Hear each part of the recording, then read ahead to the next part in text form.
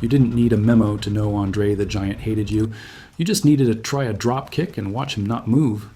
André didn't cut promos. He cut people off from having careers. If he didn't respect you, no sold, stiff shots, maybe a live match turned into a revenge beating. These 5, they hit his last nerve. And he made sure they regretted it. This ain't about who beat him. It's about who pissed off the locker room's biggest lie detector. You annoyed André? The world found out real fast. André wasn't known for complaining. If he didn't like you, he just hit you harder. And that's exactly what happened every night on tour with the Ultimate Warrior, or as André probably called him, that no-selling windbag and tassels. Warrior would sprint to the ring like a headless lunatic, blast through his match like a 5-year-old with ADHD and caffeine, then expect André to keep up. Wrong move. André started stiffing him, boot to the face, headbutts like car accidents, even deliberately stepping on Warrior's hair during pinfalls. The message was clear: slow the hell down or I slow you down for you. Warrior later admitted he was terrified of André, not respected, terrified. He said André once chopped the wind out of me so hard I saw colors I didn't know existed. Even Vince McMahon couldn't fix this one. The Giant never worked with Warrior again after that tour. Warrior got the hint. Real legends don't play cartoon characters. They break them in the ring. The Ultimate Warrior ran to the ring and straight into André's open hand. You had to be out of your mind to test Bad News Brown. Olympic-level judo, legit street reputation, and the charm of a busted kneecap. But André? He made one racist crack on a tour bus, and the second it left his mouth, you could feel the air evacuate the room. Bad News stood up, looked André dead in the eye. "Say that again outside," he growled. Not in character, not for the boys. This was real. André didn't move, didn't talk, didn't even flinch.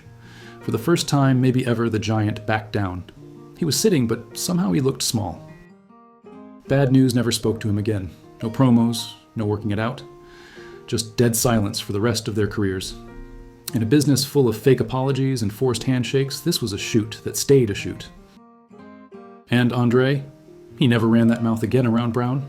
One time was enough to learn, you might be a giant. But Bad News fought giants for breakfast and didn't need the carbs. Looked André in the eye like he was just another parking ticket. Bad News didn't squash beef. He served it raw in public on wheels. The Giant sat down and shut up, and that's the sound of real power. André liked to test guys in the ring. Slap them hard, no-sell a few moves, make sure they respected the business, which usually meant, don't piss me off or I'll turn you into a training dummy. But Kamala didn't come up through country club wrestling. He came from backwoods Mississippi, where you learn 2 things fast: how to work a crowd and how to handle disrespect. But the Ugandan Giant? He didn't come up in polite wrestling school.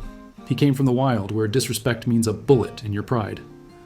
One night in Mid-South, André called the Ugandan Giant stupid loud enough for the whole locker room to hear. Thought it was a joke, thought it was banter. He was wrong. Without saying a word, the Ugandan Giant reached into his bag and pulled out a .357 revolver. Laid it out where André could see. No threats, no yelling. Just a clear message: you don't talk to me like that again. That moment turned the 500-pound mountain into a quiet man. The next match? André sold moves like he'd just learned respect wasn't about size, but survival. The Ugandan Giant didn't need promos. He delivered the kind of heat that didn't come with a mic. Backstage, no fines, no drama, just a new kind of peace.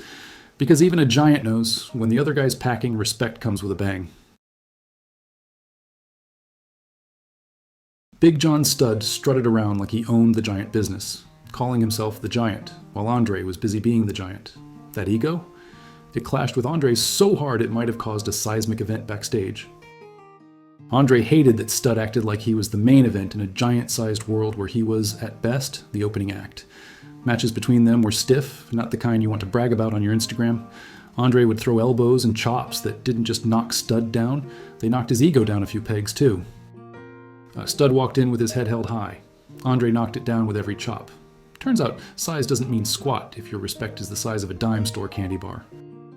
Studd tried to command respect like he was the king of the jungle gym, but André reminded him that being a giant isn't about height, it's about owning the room. Studd called himself a giant. André called him a traffic cone. Backstage? André made Stud's life so uncomfortable that Big John started thinking twice before stepping into the ring with him. Because when André wasn't hitting you, he was hitting at you. And that's a whole different kind of punishment. André the Giant wasn't exactly a fan of shiny things, unless it was a cold beer or a wrestling title. So when Macho Man Randy Savage sashayed into the locker room slicker than an oil spill, it immediately rubbed the Giant the wrong way. This wasn't just a guy who liked baby oil. This was a guy who baptized himself in it like it was holy water, turning every match into a slippery mess that André didn't sign up for. André was the kind of guy who demanded respect on sight. But when Savage came in greased up like a fireman sliding down a pole, André wasn't about to let him get away with it. He'd tell Savage before matches, "No baby oil," like a bartender laying down the law about last call. But did the Macho Man listen? Of course not. When Savage showed up shiny and slick, André didn't just grumble, he hit him extra hard. Chops that echoed like thunderclaps, slaps with the weight of a small planet, and the kind of stiff body shots that made you reconsider your life choices. And all this over baby oil? You better believe it.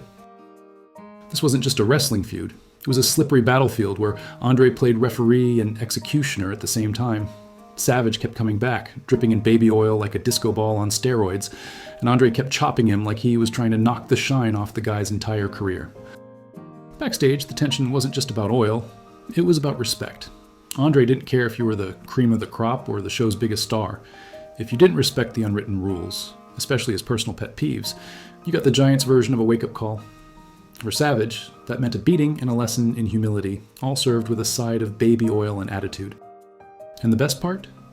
André once told a friend, "I hit him because he's slippery." In wrestling logic, that's the closest thing to a knockout argument you're going to get.